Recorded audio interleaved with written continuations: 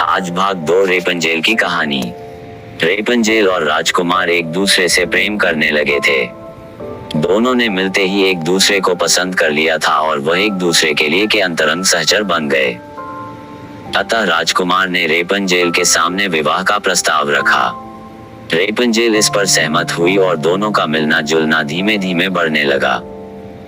जादूगरनी dam गोथेल रोज दिन के समय रेपंजेल को मिलने के लिए आया करती थी।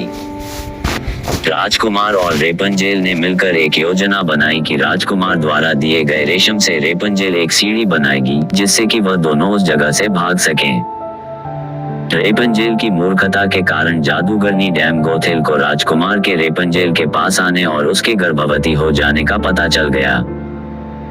जादूगरनी डैम गोथेल ने रेपंजेल को मीनार से बाहर निकाल दिया और जंगली जानवरों के बीच से जंगल में विचरने को अकेला छोड़ दिया और वह स्वयं उस मीनार के कमरे में जाकर छुप गई।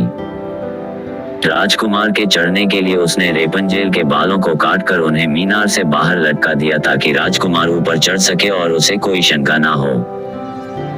जब राजकुमार रेपंजेल से मिलने के लिए उस रात आया तो रेपंजेल की जगह जादूगरनी को पाकर वह भयभीत हो गया और मीनार से कूद पड़ा जिससे कि नीचे पड़े कांटों से उसकी दोनों आंखों की रोशनी चली गई।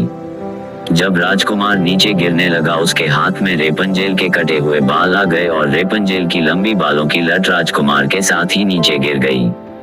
नीचे उतर पाने का कोई अन्य तरीका न होने के कारण जादूगरनी डैम गोथेल उस मीनार में फंस गई और अंततः मृत्यु को प्राप्त हुई।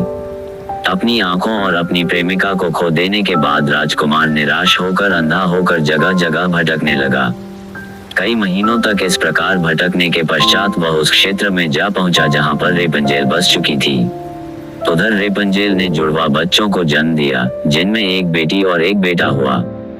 इसी तरह कुछ समय तक एक दूसरे के विछोह में रहने के बाद अंततः दोनों उसी राज्य में एक स्थान पर मिले और उनके मिलन से चमत्कार स्वरूप राजकुमार की दृष्टि वापस आ गई और रेपंजेल के लंबे सुनहरे बाल उसको वापस मिल गए और दोनों हंसी खुशी अपना जीवन साथ में बिताने लगे।